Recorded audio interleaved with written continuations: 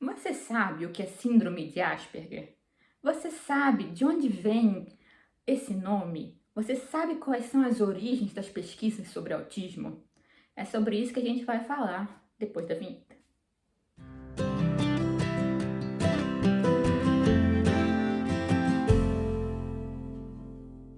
Hoje eu vim fazer resenha do livro Crianças de Asperger. Ele é um livro bastante recente, ele foi publicado nos Estados Unidos originalmente em 2018. A capinha vai ficar na capinha desse vídeo para vocês procurarem depois. E o livro vai falar sobre como se originou esse termo, síndrome de Asperger, e a história das pesquisas sobre o autismo. Para quem não sabe, ainda existe muita desinformação circulando de que autismo é provocado por uma série de coisas, que é provocado por toxicidade por mercúrio, que antigamente as pessoas achavam que era culpa da mãe, que a mãe não era responsiva o suficiente e a criança se fechava no mundo dela. Hoje em dia, com muito mais pesquisa, a gente sabe que o autismo ele é genético. Existem vários genes envolvidos no autismo. Inclusive, tem um debate muito interessante atualmente sobre a questão toda da neurodiversidade, de não enxergar mais o autismo como uma desordem, um transtorno, mas como uma variável do cérebro humano. Mas a gente não vai entrar nesse tema aqui, porque senão o vídeo ficaria muito longo. Eu tenho um vídeo que fala um pouco sobre isso, a resenha de um outro livro chamado O Cérebro Autista, que vai ficar linkado aqui. Eu recomendo muito que vocês leiam, é um livro muito bacana.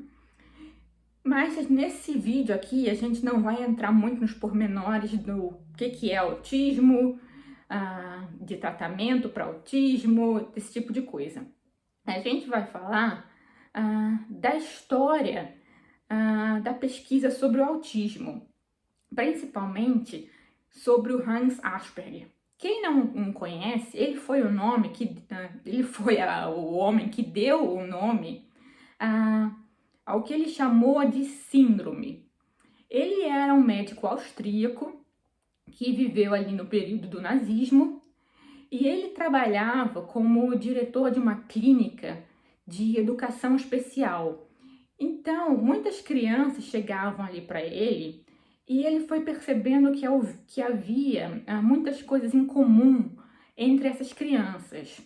Muitas delas tinham dificuldade de interação social, tinham comportamentos fora do comum e muitas eram também muito inteligentes, tinham alguns interesses específicos em que essas crianças se especializavam. Por exemplo, havia crianças que conseguiam calcular muito bem, havia crianças que tinham uma inteligência em determinados assuntos que eram, inclusive, superiores à inteligência de adultos.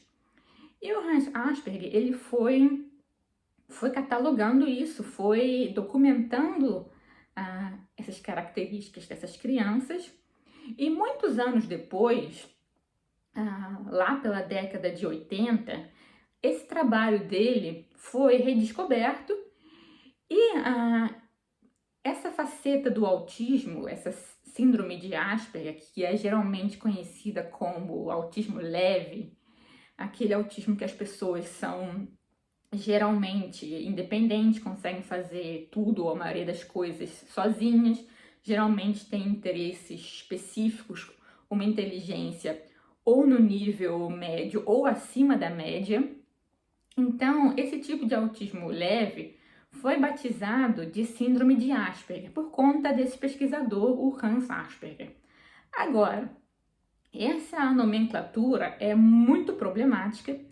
Inclusive, na comunidade autista, tem muita gente que não gosta de usá-la, porque a história do Hans Asperger é uma história, assim, muito problemática. Ele era, como eu disse, o diretor de uma clínica de educação especial na Viena do período nazista. E por muito tempo, havia uma lenda em torno dele de que ele havia ajudado a resgatar crianças da morte dentro do sistema nazista. Mas as pesquisas mais recentes comprovam que a história não é bem assim, que ele teve um papel bastante sinistro dentro daquela máquina nazista de eugenia. Mas para entender essa situação e o papel do Hans Asperger, a gente tem que entender um pouco da Viena ali do início do século XX. E essa informação o livro vai trazer para a gente ter um apoio ali para entender o que aconteceu depois. No começo do século XX, ali, pouco depois da Primeira Guerra Mundial, a Áustria estava numa situação assim calamitosa. Era muita pobreza, muita violência. A sociedade, de forma geral, estava numa situação muito caótica. E uma ideia de estado de bem-estar social foi se desenvolvendo. As pessoas, não apenas as pessoas de esquerda, mas assim, esquerda, direita, conservadorismo, havia um consenso geral de que o Estado deveria intervir mais de modo a dar um apoio a essas pessoas que estavam ali naquela situação de vulnerabilidade social. E esse apoio, ele não era apenas no sentido positivo, assim, de fornecer coisas para as pessoas que estavam necessitadas, por exemplo, escola, hospitais, comida, esse tipo de coisa. Havia essa ideia crescente de eugenia, de que algumas vidas valiam mais a pena serem vividas e que outras vidas não tinham assim tanto valor, principalmente olhando do ponto de vista do Estado e da sociedade. Então, ao mesmo tempo que havia uma assistência para essas pessoas que eram consideradas como cidadãos que podiam entregar alguma coisa para o Estado e para a sociedade, crescia também essa ideia de que algo deveria ser feito contra essas pessoas que eram tidas como imprestáveis para a sociedade.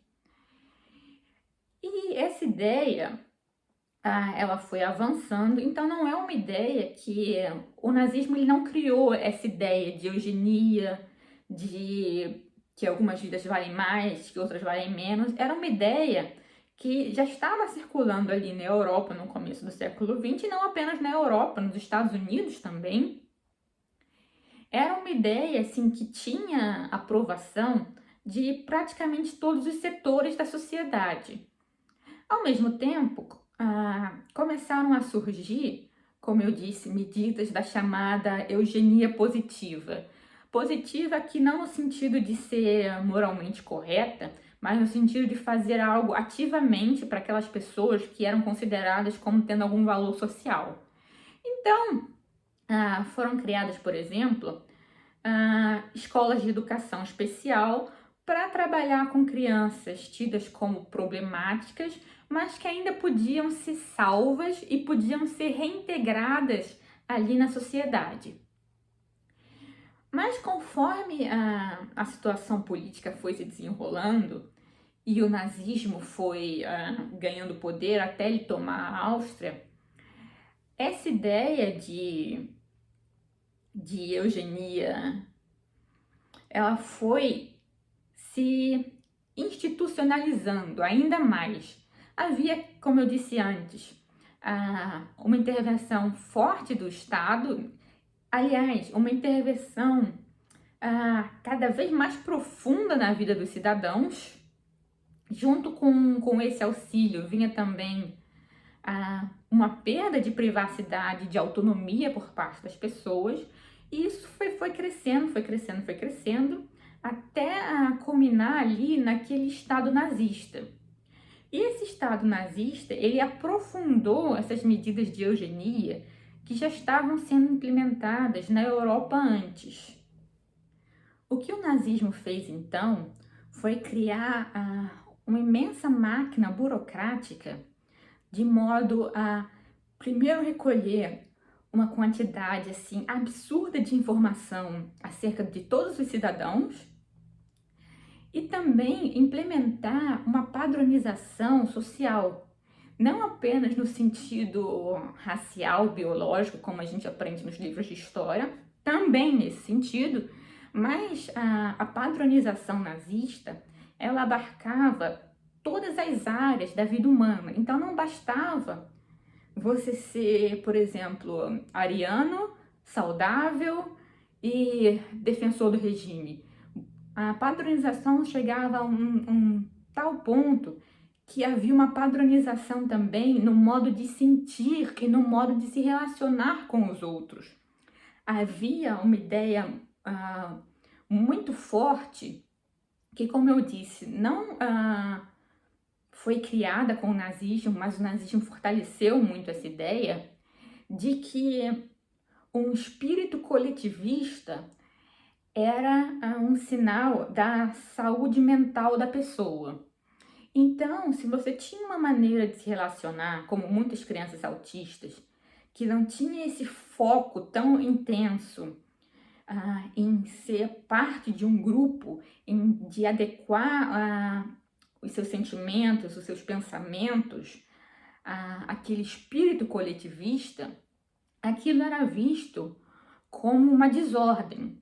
E foi esse tipo de pensamento que influenciou essas pesquisas do Hans Asperger com essas crianças. Então, havia essa ideia de que você ser mais individualista era não apenas um defeito de caráter, mas um sintoma de doença. Era necessário, para ter um estado saudável, que as pessoas tivessem esse espírito coletivista internalizado. Havia, então, uma patologização dos desvios sociais. Aquilo era visto como algo a ser tratado. E aí, com toda essa burocracia nazista, ficava na mão do médico decidir se aquela pessoa que estava se desviando dos ideais nazistas, se ela tinha cura, por assim dizer, ou se ela era incurável. Então, ficava muitas vezes na mão do médico decidir o destino da pessoa, porque aquelas pessoas que eram tidas como incuráveis, como não podendo se integrar ali ao povo alemão, elas eram vistas como pessoas que estavam simplesmente drenando os recursos do Estado e da sociedade. Então, aquela vida para o regime nazista, e muitas vezes para a sociedade, ela não tinha valor. Então, ficava na mão do médico decidir, não apenas em relação a crianças, mas o livro vai focar nas crianças, mas isso acontecia com adulto também. Se aquela pessoa ela podia trazer algum benefício ao Estado ou não.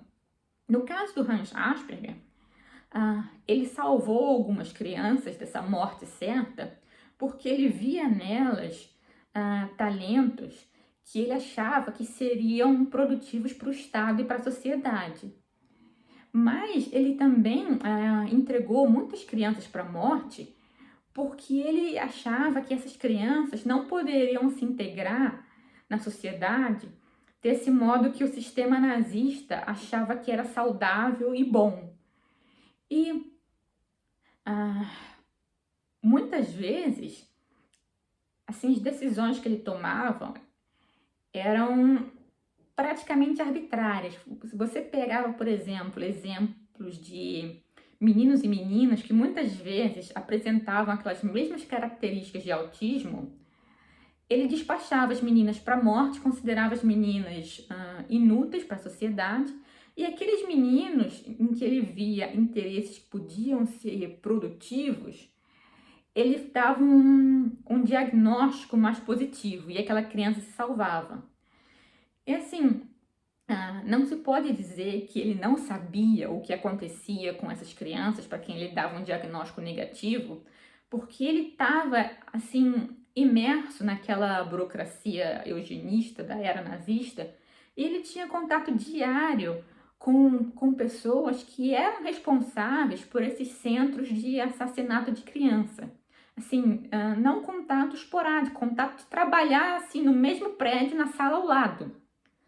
E ele sabia o que acontecia. E mesmo assim, ah, ele entregou essas crianças para o que ele sabia que era uma morte certa. Assim, com o diagnóstico dele, que muitas vezes estava explicitamente dito, enviar a criança para Spiegelgrund, que era um dos centros de assassinato de crianças. Então, assim, não há como dizer que ele não sabia o que ele estava fazendo. E, infelizmente, muitas dessas crianças realmente morreram, mas não antes de terem, assim, sido torturadas de forma brutal. Muitas vezes, inclusive, tendo sido utilizadas para experimentos macabros. E o que é ainda mais perturbador é que muitas dessas pessoas responsáveis por não apenas torturar, mas matar essas crianças, elas não sofreram punição nenhuma depois da queda do nazismo e elas continuaram publicando artigos, livros sobre psiquiatria infantil, sobre desenvolvimento infantil, com dados que eles obtiveram torturando aquelas crianças. E assim, isso até bastante recentemente. E ao contrário do que a gente via, por exemplo, em campos de concentração, onde havia uma certa impessoalidade naquele ato de matar, muitas vezes as pessoas que matavam aquelas crianças eram as mesmas pessoas que estavam ali cuidando delas diariamente. Eram as enfermeiras, os médicos, porque a criança ela era mandada para esse centro de extermínio, mas ela não era morta na hora. A criança ficava ali por um tempo, muitas vezes sendo torturada, sendo estudada, com muitas aspas, até ela ser realmente morta, assassinada. Então, assim, faz a gente realmente pensar em até onde o ser humano consegue ir em termos assim, de crueldade, por você ter ali uma criança sob seus cuidados diariamente e você matar aquela criança porque ela foi rotulada como indigna de viver. E a autora vai problematizar bastante o conceito de diagnóstico em si. Ela vai dizer, o que é uma discussão bastante interessante, que o diagnóstico, não apenas naquela época, assim, de modo geral, ele não apenas ele descreve uma situação, mas ele está criando uma situação. Ele está, no momento que você faz o diagnóstico de alguém, você está rotulando aquela pessoa e criando uma entidade social, por assim dizer. E ela vai problematizar isso, vai mostrar pra gente que isso é realmente algo muito perigoso. O que eu concordo com ela. Realmente, quando você está diagnosticando alguém com alguma coisa, o potencial daquela pessoa ficar com um estigma é muito grande. Por outro lado, muitas vezes, sem um diagnóstico, a pessoa não tem um nome para dar para aquele conjunto de características que estão fazendo ela sofrer.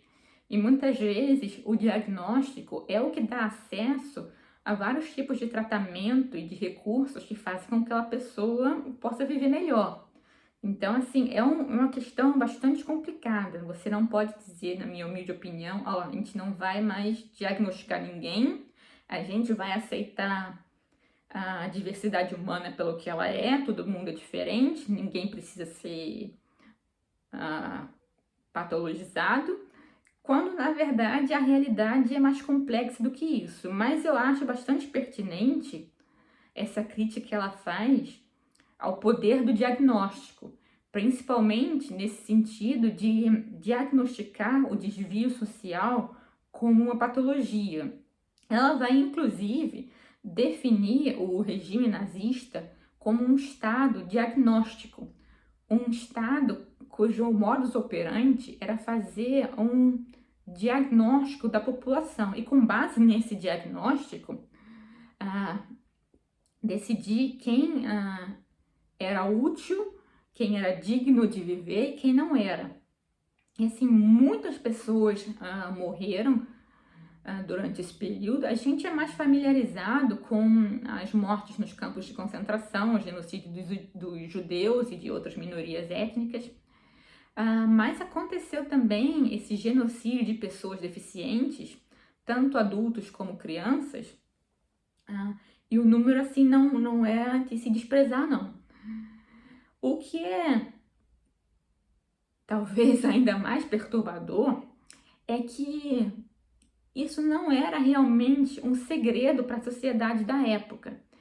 Existe esse debate assim, do quanto a gente poderia culpabilizar as pessoas que viviam na época, o quão cúmplices elas eram dessa situação toda, mas assim, pelo menos em Viena, havia um conhecimento generalizado que determinados hospitais infantis eram, na verdade, centros de assassinato.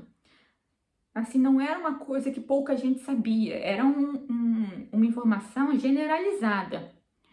E, inclusive, muitos pais tentaram salvar suas crianças desses centros, porque não era assim, como o Estado foi ganhando cada vez mais poder para se intrometer na vida das pessoas, o Estado muitas vezes podia tirar sua criança de você e enviar para um desses centros.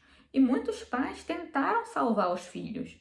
Mas o que é bastante perturbador, outros pais mandaram as crianças voluntariamente para esses centros de assassinato. Eles sabiam o que ia acontecer e entregaram voluntariamente suas crianças. Inclusive, tem cartas que a autora vai trazer no livro com conteúdo assim aterrorizante, de pais agradecendo aos médicos que mataram os próprios filhos, porque as crianças, por terem alguma deficiência ou algum problema de educação, eram consideradas como um fardo.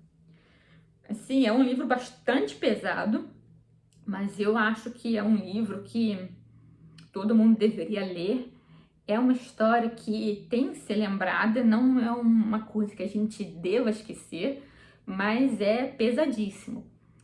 Inclusive, a autora vai trazer depoimentos de sobreviventes desses centros de assassinato, de crianças que conseguiram fugir, ou que foram libertadas, porque, por exemplo, um outro médico deu um outro diagnóstico com um prognóstico mais positivo e a criança conseguiu sair daquele lugar, ou porque os pais tiveram sucesso em resgatar a criança. E os depoimentos dos sobreviventes são, assim, coisas de tirar o teu sono de noite. É bem pesado mesmo. O livro, ele mostra como esse estado de bem-estar social, ele vai invadindo a sociedade de modo cada vez mais penetrante e, ao mesmo tempo, a periculosidade desse estado ser instrumentalizado pelo autoritarismo. E também, o que ficou para mim foi essa ideia de como a mentalidade revolucionária, essa ideia de você querer aperfeiçoar a humanidade, essa arrogância de achar que é possível aperfeiçoar a humanidade e se outorgar o direito de decidir quem merece viver e quem não merece, como isso pode realmente ser uma chaga para a humanidade. E aí eu fiquei pensando, as pessoas comumente acham que esse tipo de pensamento, principalmente esse pensamento eugenista, ele foi deixado para trás. Mas eu não concordo, eu acho que ainda é uma coisa muito presente hoje em dia, não apenas essa questão de você diagnosticar os desvios sociais, porque se vocês olham, por exemplo, o DSM, que é aquele manual de psiquiatria, que mais ou menos uma vez a cada 10 anos eles trazem nos Estados Unidos uma edição atualizada, assim, o número de desordens psiquiátricas só cresce e muitas vezes não tem embasamento assim, neurológico, científico nenhum. é apenas um comportamento ali que é tido como inadequado socialmente, e esse comportamento ele é transformado em uma patologia. Veja bem que eu não estou dizendo que a psiquiatria em si seja algo necessariamente nocivo, nem que não haja realmente essa questão de doença mental. Eu sei que tem gente que fala que doença mental não existe, que essa questão de você diagnosticar o outro com uma doença mental é um exercício de poder, uma coisa assim, uma ideia bem do Foucault. E assim, eu reconheço que realmente você diagnosticar o outro é um exercício de poder, mas eu não vou tão longe a ponto de dizer que a doença mental não existe. Vocês estão entendendo?